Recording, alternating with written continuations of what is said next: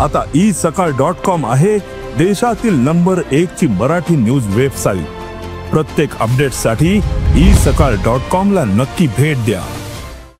कोल्हापूर शहरातील सिद्धार्थनगर कमानी समोर फलक आणि झेंड्यावरून 2 गटात शुक्रवारी रात्री तुफान राडा झाला। दोन्ही गट हत्यारं घेऊन एकमेकांसमोर उभे ठाकले। दोन्ही बाजूंनी झालेल्या दगडफेकीत 4 पोलिसांसह 7 जण जखमी झाल्याची माहिती आहे। प्रचंड गोंधळ, आरडाओरडा आणि त्यातच वीज पुरवठा खंडित झाल्यानं गदारोळ उडाला। या चौकातील झेंडा फाडल्याच्या अफवेनं या गोंधळात आणखी भर पडली। लक्ष्मीपुरी पोलिसांचा अपुरा पोलीस फौजफाटा या दोन्ही जमावांमध्ये अडकला। 3 तासांनंतर जवळपास परिस्थिती नियंत्रणात आणण्यात पोलिसांना यश आलं। तरी सिद्धार्थनगर भागातल्या या राड्यामागे नेमकं कारण काय होतं आणि तिथे नेमकं काय घडलं तेच समजून घ्यायचं या व्हिडिओतून। नमस्कार, मी कोमल, सकाळमध्ये आपलं स्वागत। घटनास्थळावरून मिळालेल्या माहितीनुसार राजे बागस्वार फुटबॉल क्लबचा 31वा वर्धापन दिन होता। त्यानिमित्तानं सिद्धार्थनगरच्या कमानीजवळ एका मंडळाकडून एक फलक लावण्यात आला होता। त्या फलकावर राजकीय नेते मंडळींचे फोटोही होते। शिवाय ही कमान लोकांसाठी बंद करून तिथे डॉल्बी लावण्याचा त्यांचा मानस होता। त्यासाठी तयारी सुरू असतानाच पोलिसांना त्याची माहिती मिळाली आणि त्यांनी तिथे हस्तक्षेप केला आणि लक्ष्मीपुरी पोलीस ठाण्याचे पोलीस निरीक्षक श्रीराम कन्हेकर यांनी वेळीच तिथे धाव घेतली आणि डॉल्बी आणि लेझर शोला विरोध केला। बाजूलाच सर्किट बेंच असल्यानं इथे कोणत्याही प्रकारची ध्वनी यंत्रणा म्हणजेच डीजे किंवा डॉल्बी लावता येणार नाही, आम्ही त्याला परवानगीही देणार नाही असं सांगून पोलिसांनी ते काम बंद पाडलं आणि मग तिथलं साहित्य सुद्धा ताब्यात घेतलं।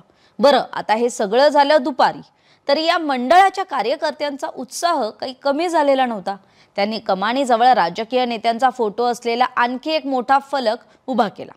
पोलिसांनी समज दिल्यानंतरही तिथेच डीजे लावून नाचण्याचा प्रकार सुरू झाला। त्याला विरोधी मंडळाचा किंवा समोरच्या दुसऱ्या गटाचा विरोध होता आणि त्यातच भर म्हणजे समोरील एका खांबावरील फलकाला हार घालून दुसऱ्या गटाला चिथावणी देण्याचा प्रयत्नही झाला। त्यानंतर मात्र वातावरण तापलं आणि चिघळलं। सिद्धार्थनगर परिसरातील तरुण एकवटले आणि मग परिस्थिती बिघडली। वातावरण तापलं। रात्री 9च्या सुमारास दोन्ही गटांनी एकमेकांसमोर येत खुन्नस देण्याचा प्रकार केला। मंडळातील काही ज्येष्ठ कार्यकर्त्यांनी त्यांना समजवण्याचा प्रयत्न केला, पण कोणीही ऐकून घेण्याच्या मनस्थितीत अजिबातच नव्हतं।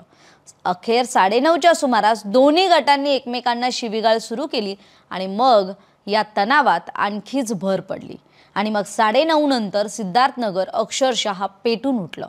चौकात आपलं वर्चस्व दाखवण्यावरून वाद सुरू झाला आणि तो एका टोकाला जाऊन पोहोचला। दोन्ही गटाकडून एकमेकांवर दगडफेक सुरू झाली।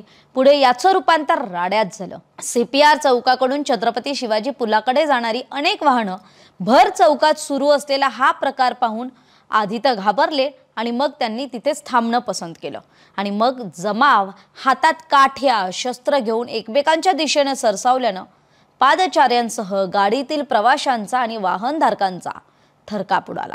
मिळेल त्या दिशेने त्यांनी पळ काढायला सुरुवात केली। जमावानं सिद्धार्थनगर कमान राजेबाग स्वार दर्गा परिसरातल्या अनेक वाहनांची तोडफोड केली। रिक्षा, दुचाकी, चारचाकी पेटवून ठेवल्या।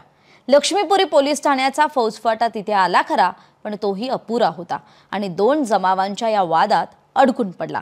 पोलीस निरीक्षकांसह अनेक अंमलदार विना हेल्मेट आणि धाडसानं जमावावर चालून गेले।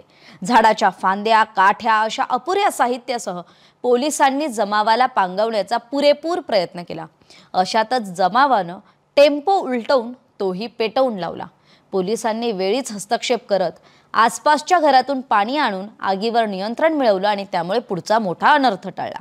दरम्यान याच ठिकाणी उभ्या असलेल्या 5 मोटारींसह एका रिक्षाची जमावानं तोडफोड केली। त्यामुळे वाहनांचं मोठं नुकसान झालं। मग पोलिसांनी आणखी कुमक मागवून घेतली। अधिकचा पोलीस फौजफाट्यासह थेट कोल्हापूरचे एसपी योगेश कुमार गुप्ताई रस्त्यावर आलेले दिसले। गर्दीला आणि भडकलेल्या जमावाला शांत होण्याचं आवाहन करू लागले। जमावातील काहींनी पोलिसांसमोर झेंडे दाखवले आणि त्यांच्यातल्या वादाचं मूळ कारणही सांगितलं। मग पोलिसांनी काहींना ताब्यात घेतलं। तरी काल संध्याकाळी परिस्थिती बिघडली। त्यावेळी घटनेचं गांभीर्य पाहून आधी सांगितल्याप्रमाणे पोलीस अधीक्षक गुप्ता, अपर पोलीस अधीक्षक धीरज कुमार, शहर उपअधीक्षक प्रिया पाटील, शाहूवाडीचे उपअधीक्षक आप्पासो पवार, करवीरचे उपअधीक्षक सुजित कुमार क्षीरसागर, स्थानिक गुन्हे अन्वेषणचे पोलीस निरीक्षक रवींद्र कळमकर, पोलीस निरीक्षक संतोष डोके, सुशांत चव्हाण, संजीव कुमार झाडे, नंदकुमार मोरे, सहाय्यक पोलीस निरीक्षक सागर वाघ यांच्यासह शहरातल्या 4ही पोलीस ठाण्यातल्या मुख्यालयातल्या दंगल नियंत्रण पथकाने सुद्धा घटनास्थळी धाव घेतली आणि जमाव पांगवण्यासाठी सर्वतोपरी प्रयत्न केले। मागील काही दिवसांपासून या चौकात फुटबॉल खेळण्यावरून काही तरुण वारंवार त्रास देत असल्याच्या तक्रारी यावेळी महिलांनी पोलिसांसमोर मांडल्या। तसंच कमानीजवळ एक ध्वजही काढल्याचं तरुणांकडून सांगण्यात आलं। त्यांचे समजूत घालत काढलेला ध्वज पुन्हा त्या जागी लावण्यात आला। यानंतर जमावाने घोषणा आणि टाळ्या देत पोलिसांनी दाखवलेल्या सामोपचाराचं कौतुक केलं आणि संबंधित वादग्रस्त फलक सुद्धा पोलिसांनी उतरवला। आता यापुढे काय होणार आहे तर पोलिसांनी कायदेशीर कारवाईचं आश्वासन दिलंय। झालंय असं की काल रात्री घडलेल्या राड्याला काल दुपारपासून त्याला एक पार्श्वभूमी होती। चौकात झालेल्या विविध तणावग्रस्त प्रकाराची माहिती पोलिसांनी जाणून घेतली।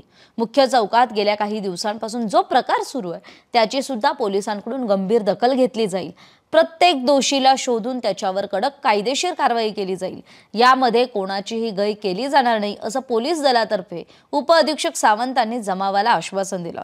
त्यामुळे जमाव शांत झाला। त्यांना आपापल्या घरी जाण्याची विनंती पोलिसांकडून करण्यात येत होती, पण तब्बल 2.5 तासांनंतर परिस्थिती नियंत्रणात आणण्यात पोलिसांना यश आलं।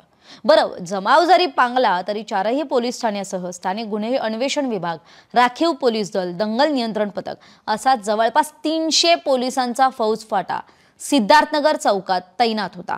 त्यामुळे या परिसराला जणू काही पोलीस छावणीचं स्वरूप आलं होतं।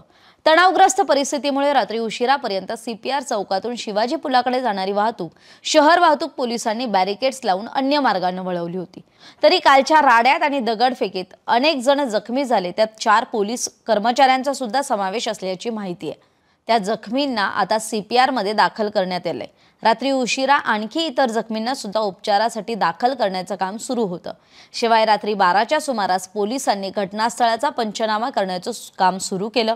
त्याचबरोबर उपलब्ध होणाऱ्या माहितीच्या आधारे दगडफेक, तोडफोड आणि जाळपोळ करणाऱ्यांचा शोध आता पोलिसांनी सुरू केलाय। त्यासाठी स्वतंत्र पथकं सुद्धा तयार करण्यात आली आहेत। त्याचबरोबर लक्ष्मीपुरी पोलीस ठाण्यात संबंधितांवर गुन्हे दाखल करण्याची प्रक्रिया सुद्धा रात्री उशिरापर्यंत सुरू होती। दरम्यान ज्या बॅनरवरून हा वाद उफाळून आला तो बॅनर सुद्धा आता पोलिसांनी उतरवलाय।